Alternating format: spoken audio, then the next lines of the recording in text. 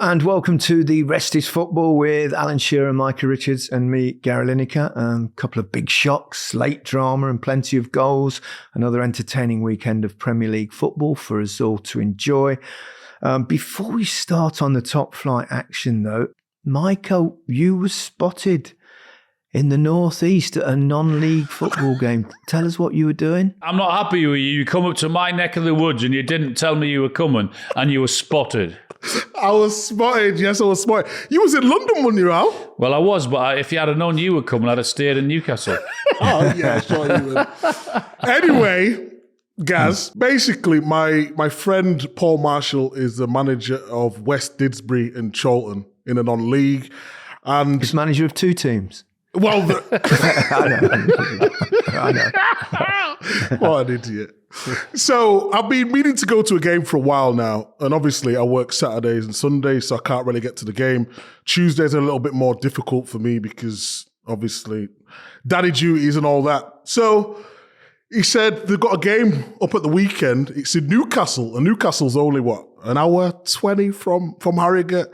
So I thought, you know what? I'm not working. I fancy a bit of that. And I know people are going to think I'm stupid, but I only think Really? there's one Shields up north. So I've typed in South Shields.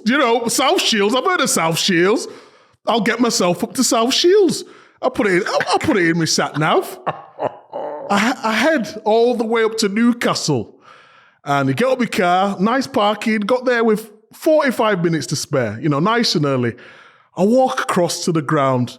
And everyone's like, oh, you're not going to believe it. The game's been called off. The team come over last night as well, and they just think the pitch is too frozen and they don't want to risk it. So I'm thinking, have Chorlton and West Didsbury got the budget to stay overnight? I'm thinking, it twigged, but I didn't think, I'm only going to the game, so I don't know what's what. I didn't know if that was in their schedule. So as I'm going towards the turnstiles and stuff, the guy said to me, yeah, Oxford have decided not to play. And I'm thinking, Oxford? My mate doesn't manage Oxford. I've only gone to the wrong fucking ground, haven't it? It's North Shields versus West Didsbury and Chorlton, not South Shields. And it's miles away. So I get in my car and it's about 35 minutes away. And then I pulled up. And to make it even worse, they lost the game as well. They played really well, but it was just a bad day all Serves round. you right for not telling me you were coming up to my area. So that was my weekend, guys. That was my weekend. I love it. Absolutely superb. Before we discuss the weekend's games, let's pay our respects to Denis Law, who sadly passed away a couple of days ago. He was one of the greats of our game, a prolific goal scorer for both club and country. He started at second division Huddersfield. He was then signed by Manchester City, where he spent about 12 months before moving to Italy. One of the first British players really to go abroad. He played for Torino. He performed well there at Serie A, but struggled to settle. So then signed for Manchester United. He spent 11 years at Old Trafford, scoring 237 goals. And he became, of course, part of the United trilogy with George Best and Sir Bobby Charlton. The Lawman, as he was known, is the only Scottish player to have ever won the Ballon d'Or, which he did so in 1964. He played 55 times for his country, scoring a record 30 goals. He also holds the record for Manchester United for scoring the most goals in a competitive season. He got 46. So football's lost one of its greatest goal scorers and characters as well. He was such a lovely man. I had the good fortune to have met him on a couple of occasions.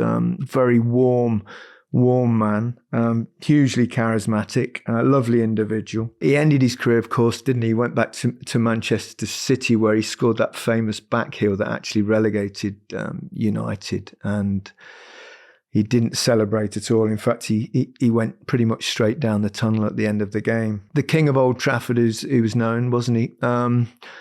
One of the great strikers, Alan. Yeah, absolutely. I mean, it's been amazing listening and reading all the great words over the past couple of days. And when you see Sir Alex and Sir Kenny Dalglish say that he was their hero, then you obviously know you're talking about someone incredibly special. And I mean, you've just read all the accolades out in terms of the goals and the trophies and the Ballon d'Or.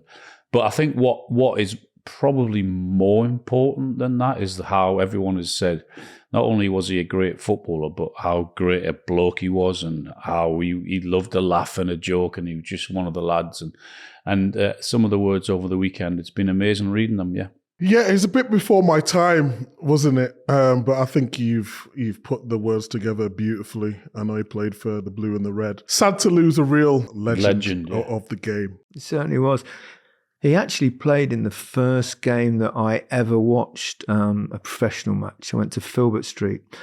And you know, your memory plays tricks with you a little bit. And I was 7 years old, or maybe just turned 8. I thought I'd actually check out the game. So I did a bit of research on it, because I always, in my mind, Manchester United beat Leicester that day 2-1.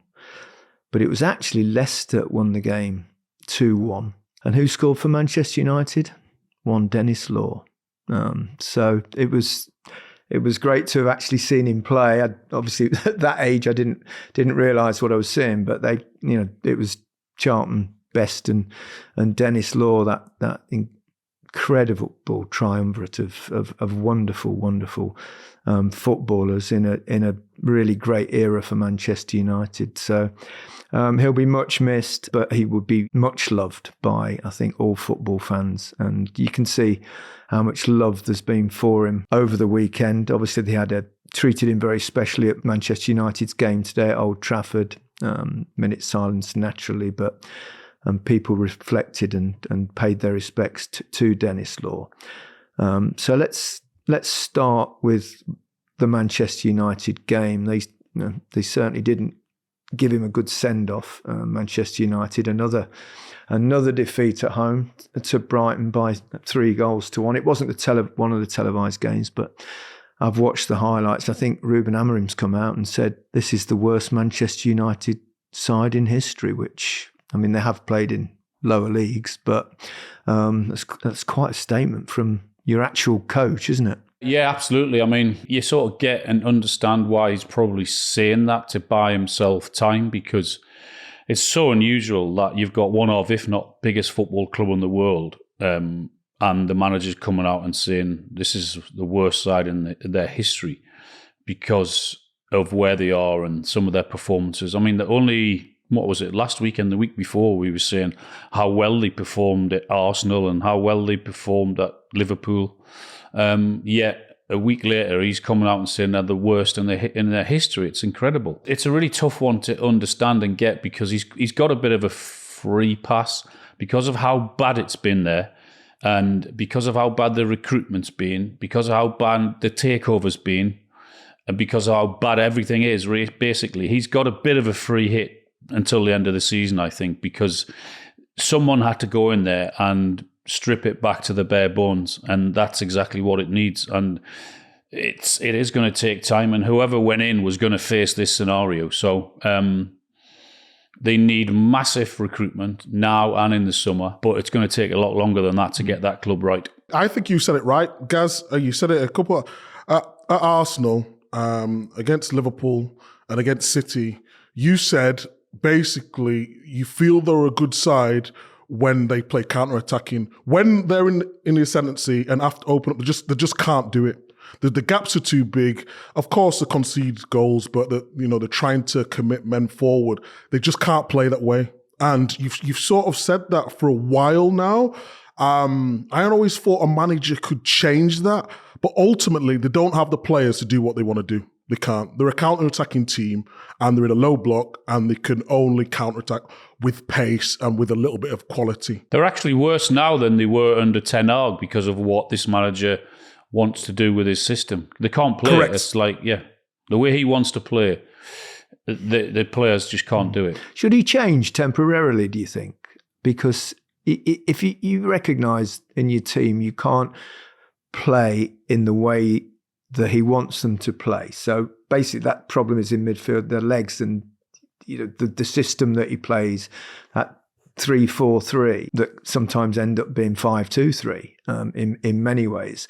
If you haven't got the players, should a manager go, well, I need to do something else for a while, or because they're going to be safe, they're not going to go down or anything, or is you just stick at it and hope they improve? Let's flip it on its head. If you, back in U2's day, it was 4-4-2, right? And if then you change the formation to a 3-4-3, how difficult would you find it to adapt? Okay, Gary, you've played on the right, you play on the wing, so maybe it'd be easier for you. But imagine saying to you, Alan, go and play on the right of a three up front where you've got to press. I think he's so held up on playing this certain style, but the players don't fit the style. Exactly my point. You mentioned it there. I said even after the two good performances against Liverpool and then Arsenal in the Cup, talking about them being a counter-attacking side, that the test would come against the weaker teams, because Manchester United can't play counter-attacking football against teams at the other end of the table. And we saw it, they were trailing against Southampton, but 1-0 until the very end, and Diallo bailed them out with that late hat-trick. And we saw it again today at Brighton, who are very good. They can play the high press and they can counter themselves, which they're very good at. So, yeah, they've still got massive issues there. The recruitment's been so bad there. Yeah. It's been terrible. And now they're paying the price for it. Yeah. Onana made a terrible mistake. I don't know whether you've seen it. The third goal, wasn't it? Yeah, the last goal. It was just a cross and he came out and gathered it and then just dropped it. Yeah. So, yeah, they've got problems, Manchester United. There's no quick fix, is there? No, not at all. It's going to take a lot of time. But what a win for Brighton. It's quite refreshing this season. I know Liverpool look like they might just run away with it, but, the performances of Bournemouth, Brighton, Nottingham Forest in particular. Fulham. I think, and Fulham as well. Yeah. I think it's good for the league. Why do you think it is that these clubs that haven't got the sort of financial power that some of the giants have got are competing so well? Do you think it's down to good recruitment, good management? I think it's a bit of everything. I also think it's other teams being in transition and trying to turn things around. Liverpool have without doubt made the most of that. Arsenal haven't recruited a centre forward, which we all said in the summer that's what we felt they needed. Tottenham are whatever you think of Tottenham. Yeah, so there's so many of the so-called bigger clubs that are miles off it and being caught short that other clubs have caught up, and their recruitment, Forest, Bournemouth, Newcastle, Fulham, you've said, they're when you turn it and look to them, some of the buys that they've had and recruitment they've got has been really, really impressive, and that's why it's all turning around. Brighton's another one. It's a very good question, that, because you said you put it down to recruitment, which I agree with Alan. That's the factor you would look at. Maybe is it something to do with financial? Maybe the bigger sides, when in previous seasons it wasn't working out, they would just go buy another striker, and they're not restricted by finance. I'm not. Maybe like Man City are going to do this month. Well, hold on. Hold on. They didn't spend any money in the summer, Alan. Well, that's not my problem. I'm just giving you context. Maybe they should have, and they wouldn't have been in the position they are now. No, I just thought it was a really interesting, fascinating question. We have to give a lot of credit to the coaches. Maybe football's evolved. Maybe, I don't know, there's a different style of play which players now maybe could adapt to, and it's not more just about maybe pace and power or skill. Maybe it's a system, maybe it's fitness. It's a very good question. He asks some good questions now and again, No, but that was really interesting, because normally I feel though we should have the answers between us, shouldn't we? But we don't really know. We just have to give. Well, I've given you my answers. You've just totally blanked them. I I said I agree with the recruitment. All right, okay. Big win for Everton. You mentioned, huge.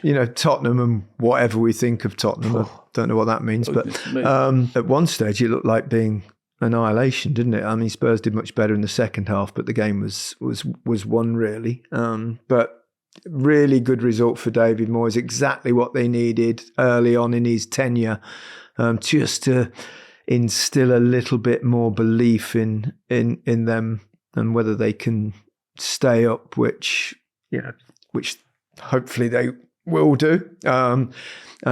Good start for David Moyes, having obviously lost his first game as well. So big one that. Yeah, a massive one. I thought Ndai played really well. Again, we mentioned him before.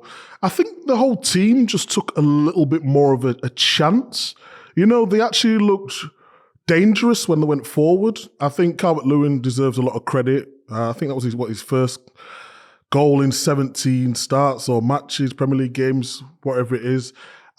He just looked like he had a different confidence. I don't know if that's the manager. I don't know what that might be, but I don't know. There was a different confidence about Everton today. When I was watching them, I was pleased to be a little bit disappointed with the goals that they give away. I think for all the good stuff they did going forward, they could have been a little bit more defensively sound. But all in all, for David Moyes, he couldn't ask for anything more, because that will just breed confidence within the camp now. Made a couple of changes. Hardly looked like scoring any goals, did they, their goal record up until today has been dreadful. Mm-hmm. That's the most important thing, that he has to somehow get some goals into that team, whether it's working with the players he's got, or probably more likely it'll go out and buy a player or two, because he said that in his interview before the game.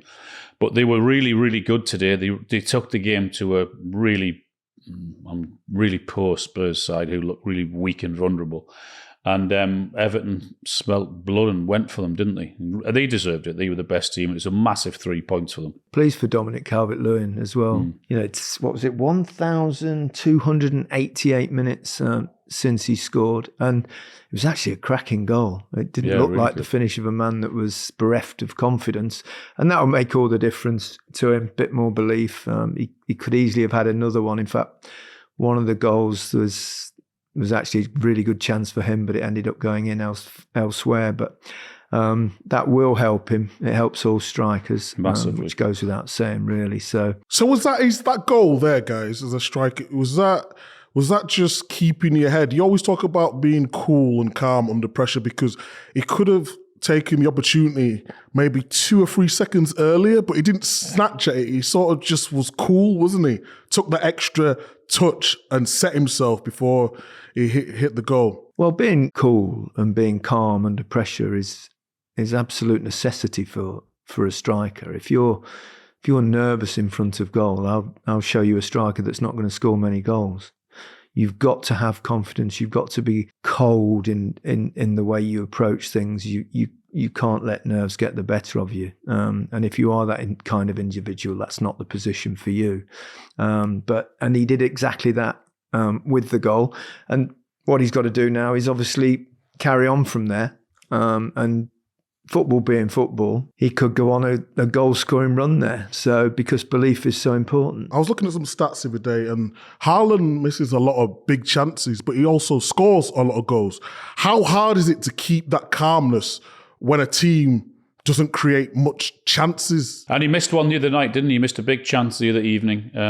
I think it was 16 or 17 games he hadn't scored for. So it's it's virtually impossible to have the confidence and the belief and everything else that when you've gone that many games without scoring and you're under huge pressure, the criticism, and everyone's talking about the lack of goals.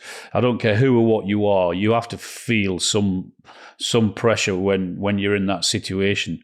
But Gaz is right. I think when you get one, more often than not, another one comes and another one. So hopefully for him and for Everton, that might be the case. I think the key is when you're in a bad run is to keep doing the right things, keep making the right moves and movements in the box in particular, not hide at all. That's really not be afraid to miss. And that's one thing you say about Erling Haaland.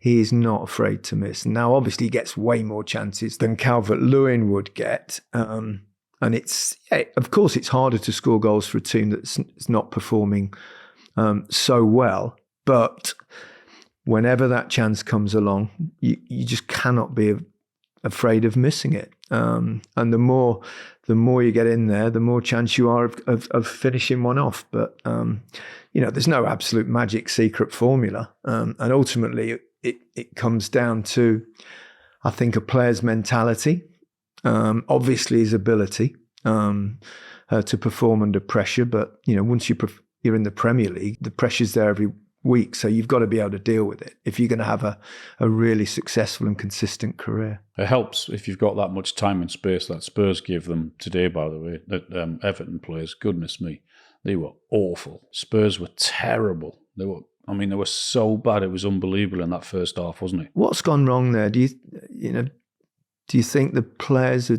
not buying into the Postecoglou formula now, or they've lost a little bit of that belief? Or I think it's a bit of everything. Yeah, I do. I think it's obviously injuries. We've said it before, and he'll keep on saying it, and rightly so. But it has to be a hard listen now for everyone, because it's the same thing. It's every single week. I mean, last week he said against Arsenal, not acceptable in that first half, and the same again. You come out with it. Same again today when they're 3-0 down. Could have been 4 or 5, should have been, because they hit the post and keeper made a couple of really good saves. But it's the same. I'm playing the same way, the same system with my players, like it or lump it. This is how I play. But they get caught again. I mean, the high line, goodness me.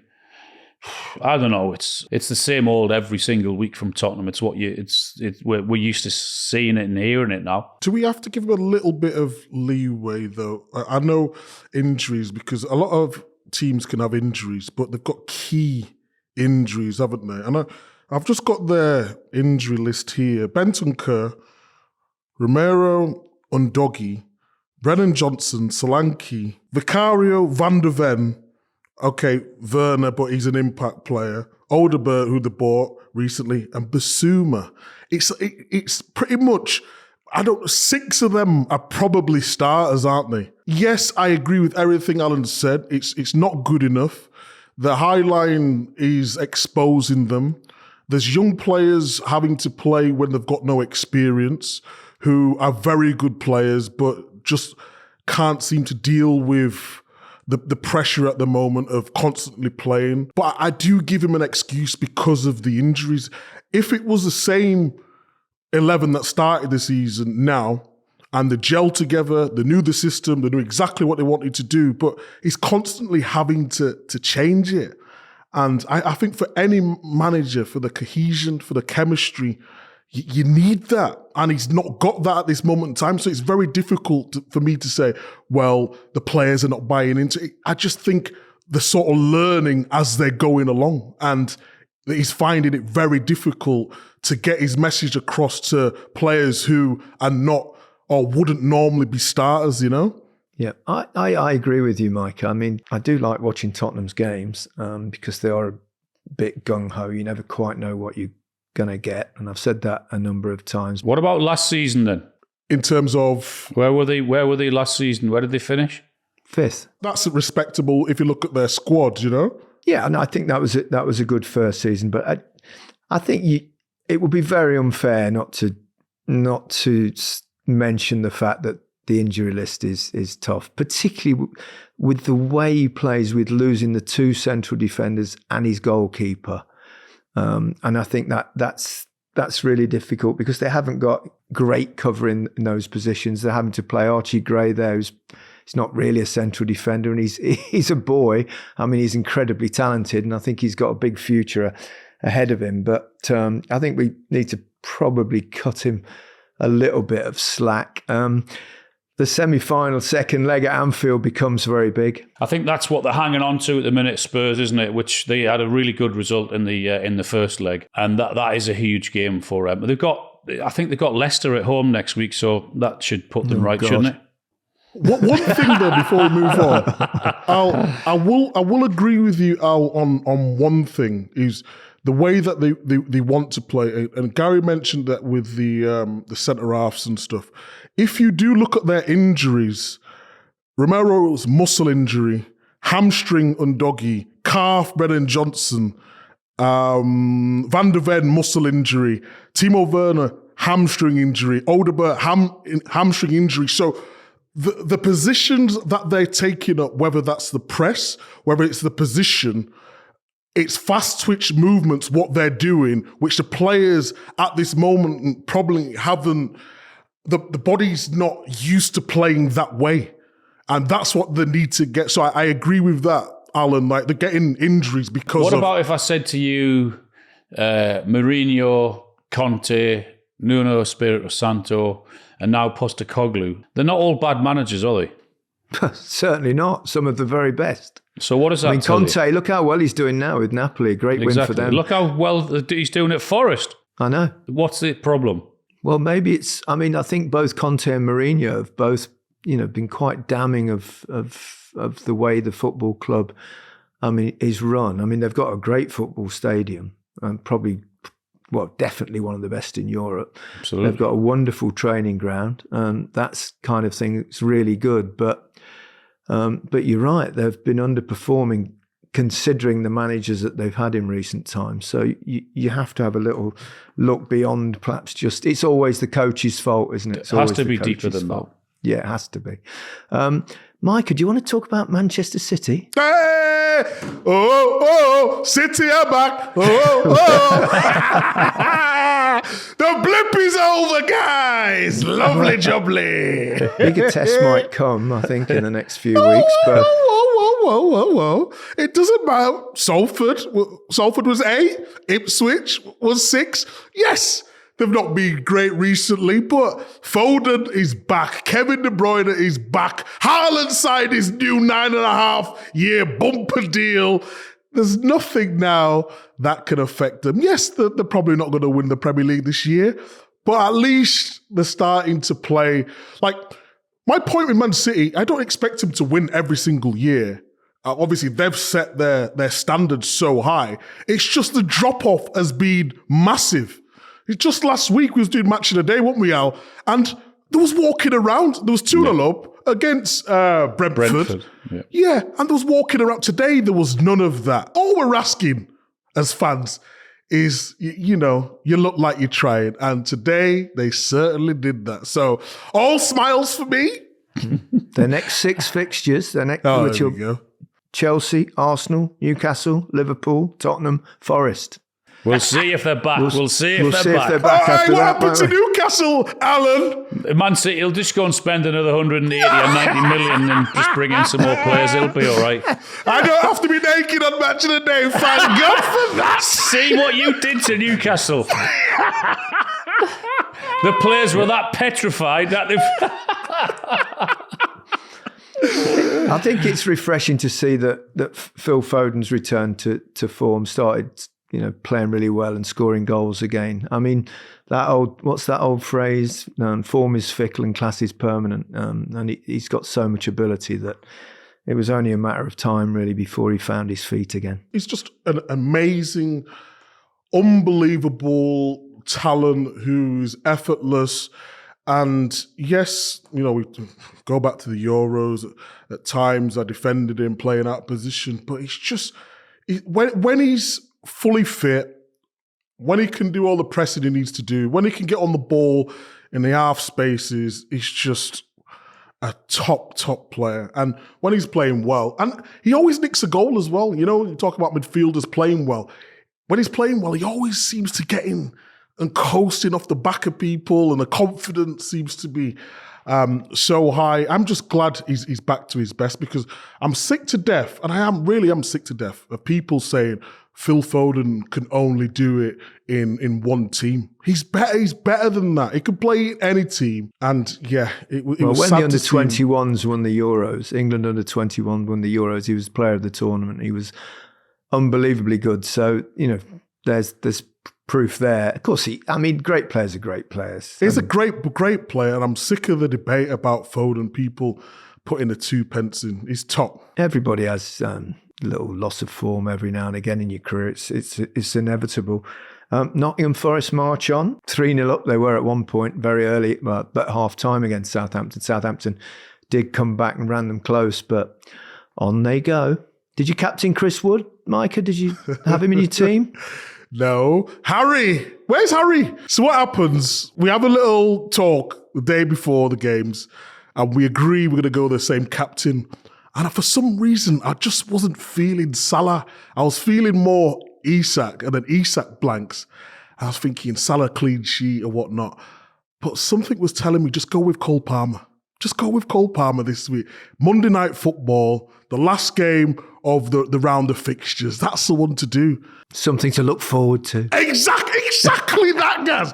And me and Harry, we chose Salah, and Salah did nothing. Niente, nada. So, yeah, we only got 6 points from Salah.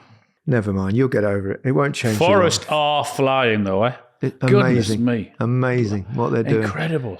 Brilliant. Absolutely amazing. I mean, Chris Wood that again. game wasn't on TV either, but what a performance, really. As for Southampton, well, I mean, they're doomed, aren't they, really? They've lost all 5 games since Juric came in. Yeah, I didn't expect anything other than even when they changed manager. Did you really? I think we can see how much they're struggling, and they're doomed, unfortunately for them. Better, though, don't you? The United game. They were really good at Man United. Very good against Man United, and then they scored a couple of goals. So I think, yes, I'd agree that they are doomed, but they do look a little bit better in terms of going forward. But it's just whether they can keep that the confidence after loss after loss after loss. That's the worrying thing for me watching Southampton. Okay, let's take a break, and then when we come back, we'll discuss the games that were played on Saturday.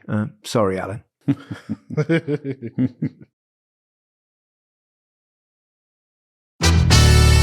Welcome back to The Rest is Football with Micah Richards, Alan Shearer and me, Gary Lineker. We're going to discuss Saturday's fixtures now. And Alan, you've been super cocky the last week or two, saying they might win the league. Mike was, he's going to get his pants down on Match of the Day. Mike has jinxed it. All the players were petrified of seeing him naked on Match of the Day. That's what killed us. Unlucky, mate. Yeah. Get back in your box. Just get back to reality. Yeah, before we discuss it, I have to tell you that Bournemouth were by far the best team that have been to St James's Park this season by an absolute mile, both physically, tactically, and everything. They were superb, and whether they were organised and how they absolutely battered Newcastle from start to finish. They were magnificent. I was so impressed with them. And by the way, they had loads of injuries. Yes, they have. As Incredible. well. I mean, Kluivert might not even have been playing if Evan Nielsen had been fit, and he goes out and gets a hat-trick, and bloody amazing. The way they stopped Newcastle playing, the press. I mean, Ouattara, Kluivert, Semenyo and Brooks. The young centre-half, Dean Howson, he never gave Isak a kick. They were just superb all over the park. I was so impressed with Bournemouth. Absolutely the same. I mean, it was an exhilarating performance. They were so brave as well, weren't they? Really pressed Newcastle high the whole game. Thoroughly deserved their victory, and 2 hat-tricks this season for Kluivert. His first one was 3 penalties, if you recall. Yeah. So what went wrong for Newcastle? I didn't see the game. He was obviously doing Match of the Day, and he was doing PLP, wasn't you, Al? So what did Newcastle do? They're just their tactics, the way they pressed high, how they were brave, with the 3 of Kluivert and Ouattara and Semenyo, and then Brooks down the right-hand side, how they pressed high, how they pushed their defence high up the park, and stifled Newcastle, didn't let Newcastle play out from the back. When they did, they pressed them and nicked them off them. And even after the first minute or two, I just felt, because they got down the right-hand side twice. They then got down the left-hand side and scored early on. And I know Newcastle came back to 1-1 with a Guimaraes goal from the corner. But other than that, they just stopped Newcastle completely. And then They went and played their own stuff and were a threat in every position. Honestly, I was so impressed with Bournemouth. They were really, really good. Iraola, you've got to give him a lot of credit. I mean, tactically, I think he's superb. Really gets it. I think Howson's going to be. We've talked about him a couple of times. The prodigious talent that he's got. I thought it was quite breathtaking, actually, some of the football that they played. I mean, Eddie Howe came out after the game and he said he thought his side looked a bit jaded. Easy to say that but I think actually you have to give all the credit to Bournemouth, like you have done. What about Kirkes, the left back who I've loved watching this season? I know he got his goal, but his all-round game was good, Al. You know, we talk about clubs and how we've criticised clubs beforehand in terms of maybe Man United particularly being the biggest club with recruitment has been a disaster in some cases. The recruitment of teams like Bournemouth, when you look at Kirkes, when you look at Howson. I mean, I watched Howson. I think it was his debut against Spurs a couple of months ago. And I told you that game, he had one missed kick in that game and then went and scored, made him one error in the whole game, but I gave him man of the match. And he just got better and better. He never gave Isak a kick yesterday. And the form that Isak's in, the form that Newcastle are in, to come to St James's Park and stifle Newcastle as they did. So, yeah, it's the coach got his tactics spot on. Some of their recruitment has been fantastic. So anyone that's playing Bournemouth, they're in for a game, by the way. They're really, really impressive. Imagine someone tipped them to go down. Which idiot would do that? Who did that? Micah Richards. Yeah. Could be worse. Brilliant. You could have said it would be Forrest. Oh dear. Anyway, it was nice that Alan wasn't quite as annoying on the chat yesterday. It was brilliant, wasn't it? It was so quiet. Honestly, I sat there with my head in my hands for 90 odd minutes thinking, what the hell's going on here? Yeah, they did a job on Newcastle. They did a really good job. They most certainly did. Liverpool, they left it late. I mean, they had, I think, more shots in the game, the most in an away game since Opta statistics began. But it was their 36th and 37th attempts in the game that were the two goals, both scored by Darwin Núñez, of course. The firepower again saved them, isn't it? I mean, if it's not working for that front three or four or whoever, then look who they bring on. And Arne Slot sort of backed him, didn't he, a day beforehand, saying he'll come good eventually in front of goal. And he did. He won the points for them. He made a huge impact in the game, obviously. You've got to be happy for him, haven't you? As a striker, that what he's gone through. I mean, he's a talent. He's been at Liverpool. It's not worked for him. But to feel like you're not contributing as a teammate must be very difficult. You know, when people are talking about bring Núñez on to press, to run around, to harry defence, you don't want to be called that. You want to be known as a goal scorer, or you're making an impact in some sort of way. And yes, you know my teams, Man City and Arsenal, but I was happy personally for him, because it feels like it's been a long time coming where he had his moment, Trent Alexander-Arnold was brilliant as well, Was he?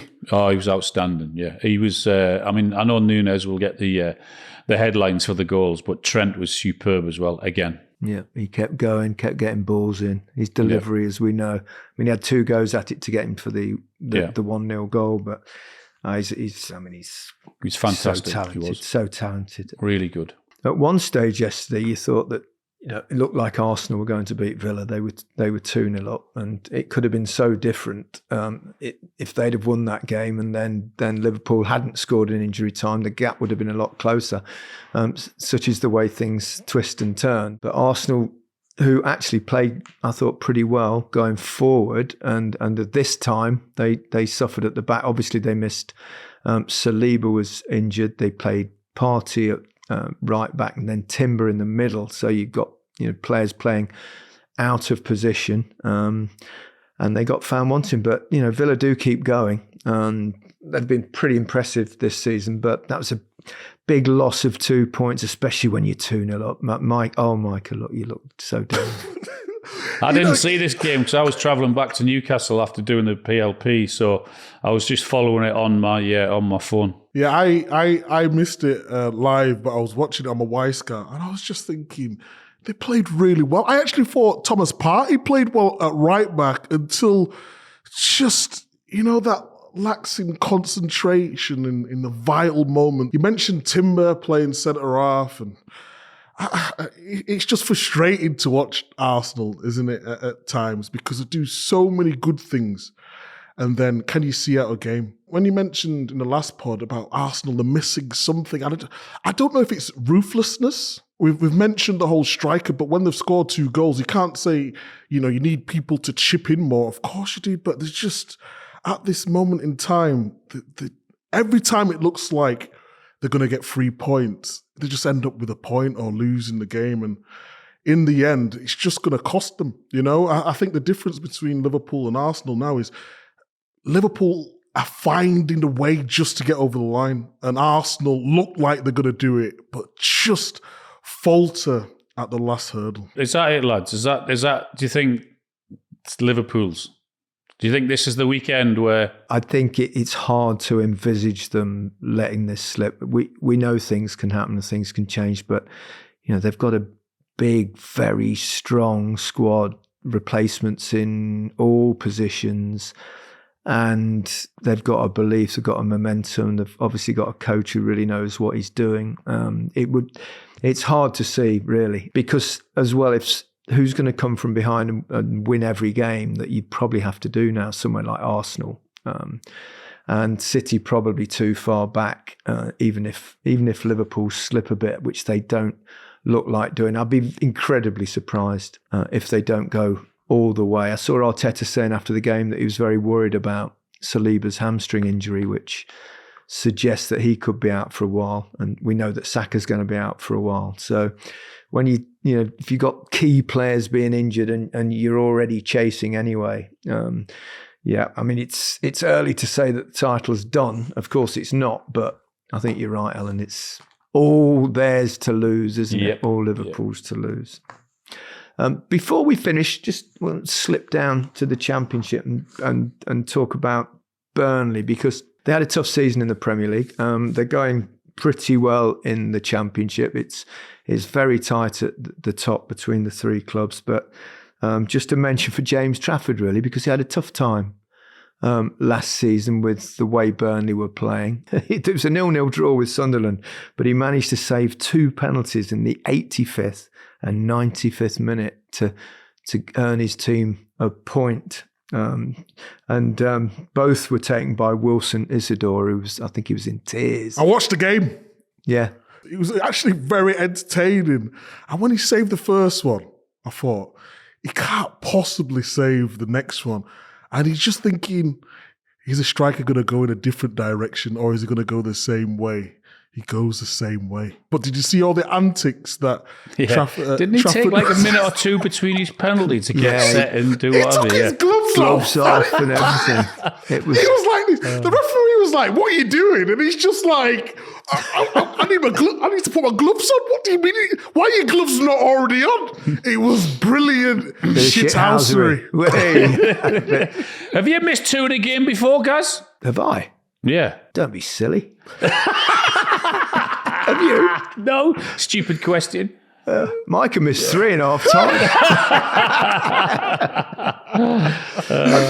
All right, one quiz question before we call it a day. How many 0-0s have Burnley had this season? 7. Alan? 8. Correct. 8. Oh, he just got it off me. He just got it. How can he do that? That is the biggest. Because I obviously watch Burnley, because Burnley are not too far from me. Well, you don't watch them fucking close enough then, do you? And Tony, obviously. Instead of saying, actually, well done, Al, you've done your research. You've research. You know what? It was 7 before the last game, so yes, it's 8 now. Good mathematics there, Micah. 7 plus 1 equals 8. Very good. So I've had loads. I look out for Burnley's results. I didn't hear him say how many week. clean sheets did they have before Friday.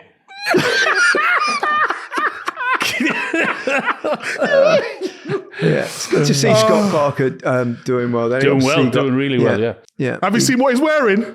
Gaz? Oh, he's probably wearing the stripes. Has he The still got the stripe. stripes? He's wearing the Yeah. stripe. Well, He he's looks earning his cool. stripes this season. He's earning his stripes. So good for him. Okay, that's it for this episode of The Rest is Football. We'll be back with our question and answer episode on Wednesday. But for now, that's it. Goodbye from me. Goodbye from me.